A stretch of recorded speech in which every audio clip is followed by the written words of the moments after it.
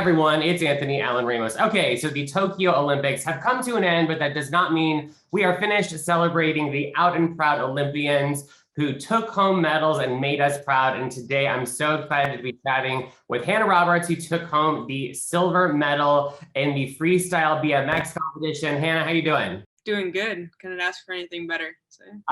Well, has it set in? I mean, now you are going to forever be Olympian, Olympic medalist. Hannah Roberts, how does it feel? It feels incredible. Even there, like to soak in that whole experience and understand what it meant was super hard.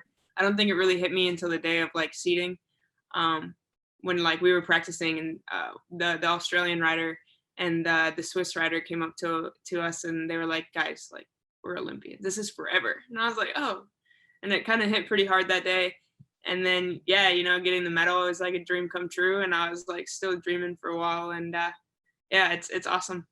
And you're only 20 years old. You're going to be 21 soon. Did you just turn 20 or are you turning 21? I just turned 20 last week. That's right. That's great. And you're married already, which is fantastic. What was it like because you got married in January. So this whole Olympics experience, you got to have your wife, the support. How excited is she? And what's that been like for you? With the postponement and everything, like, and not being able to travel, it really gave me time to like set ground roots and really focus on my personal life as well as my riding, which, being gone 7 months of the year, it's hard to do that. So yeah, she was the reason that I continued to ride, and she was my main motivation throughout the whole process of the postponement and having to wait another year.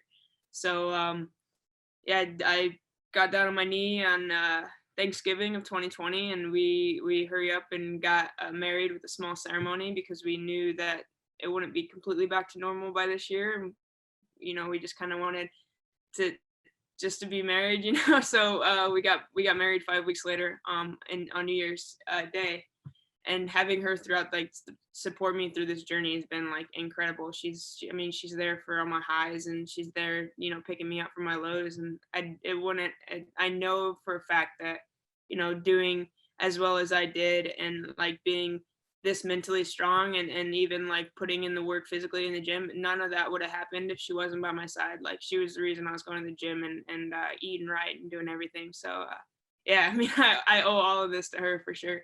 Oh, I love that. I can see the newlywed bliss already. That's so fantastic. We love to hear these queer love stories. And I love that, you have found, a true partner that really inspires you and keeps you going with, because it can be tough with, in the grind, with the Olympics and then just being a professional athlete in general.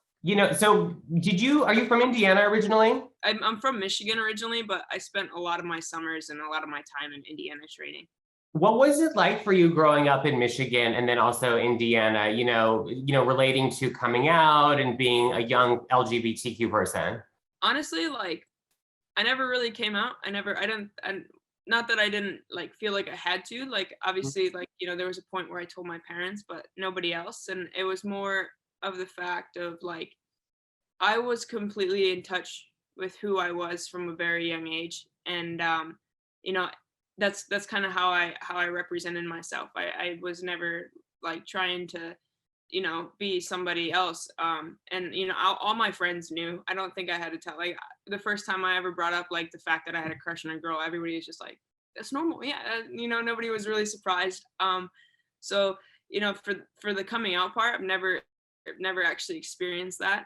When I told my parents, they were there, they were supportive, and, it wasn't like they were gonna not be supportive. They knew that was me. And I think they seen it from a young age, since I've never like tried to, that was never part of my journey, which obviously is kind of a blessing, because that's a lot of pressure, it's a lot of stress, and I know that a lot of people struggle with that still. So that was a huge blessing to just be able to be yourself and not say like specifically. And for being in Southwest Michigan, there's so many people who are supportive of it, and it was never an issue. It wasn't necessarily an issue obviously with my hometown, they're super supportive of everything that I do, and they're super great with all people. It was more it was weird. It was more weird at the skate park, especially because I was like 12, and you have all these guys that like same age, and they don't, I guess, understand Mhm. what it is to be gay, and it was more of like people were trying to like show me the right way at the skate park rather than like my hometown doing it. So like that was the only thing that was like, this is this isn't fun. Like this is, but eventually got over it. They either stopped riding or realized that wasn't interested at all, and yeah, here we are. Yeah, I know I'm glad you mentioned that. So, going from, your early, like you said, when you were 12, like, practicing and then eventually becoming a professional athlete, did you find that once you made that, jump into professional sports, that you had the support, from other athletes and, you felt like you could be comfortable with who you were? Yeah, there was never like a time where I thought that I had to like kind of push myself down a little bit. When I first went into the pro circuit, I was 12, and that was my first professional contest. It was in Canada, and yeah, I was just like completely myself. Obviously, I was super young and mature, and all the girls like really took to me, and they like held me up, and when I was stressed out or anxious, they were right there, and they were telling me I got it. And throughout the years, that friendship has never changed. They're always like at the contest, they're my number one supporter. It's just like making sure that mentally I'm in a good space and everything. So it was nothing for me to hide from them. As I grew up, as I got more mature, I think they obviously seen it too, and yeah, they were all really stoked, and I know a lot of them haven't met my wife yet, but they're super excited too.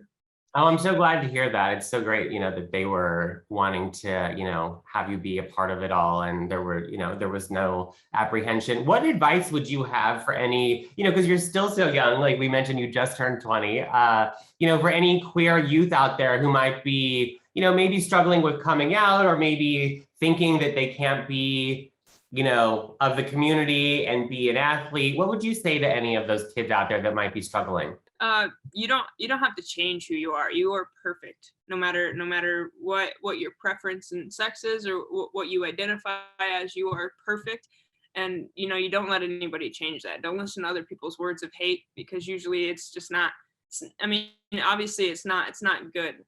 You definitely try to lift yourself up and do whatever you can set your mind to, because like that's where real dreams come true, is when you think that you could do something and you go after it no matter what. Oh, I love that. So wait, you're so young, plenty of time for another Olympics. Are you going to give it another shot for the gold? Yeah, yeah. I feel like I have unfinished business. I feel I obviously had to call my second run early because it wasn't what I knew it wasn't what I needed. Yeah, I'm definitely going for 2024. I think this season's over with, and I think qualification starts next year. So definitely going back and trying harder next time. I love that. Well, you did such a great job this time. We loved watching you. What's next? I mean, we know you just got married in January, and then I think you said you're in North Carolina right now. So what's on the agenda for the rest of the year now that you have that medal around your neck? Definitely spending a lot of time with family. Right now I'm just healing up. I had a really bad ankle injury, and I had to get that fixed when I got home. So right now, just hanging out with family. I'm actually renovating my house, so doing a little bit of that, and then yeah, going back to Michigan next month. So I'm excited. I love that. Well, Hannah, it is so nice to meet you. Congratulations again from all of us at GLAAD. We can't wait to see what you accomplish next, and hopefully we'll get to meet you in person soon at one of our events. And keep us posted. We'll be rooting you on, obviously, in the next Olympics and whatever else you have coming on. But enjoy the home renovations, and congratulations again on your wedding. Wishing you all the best. Thank you so much. Thank you for having me.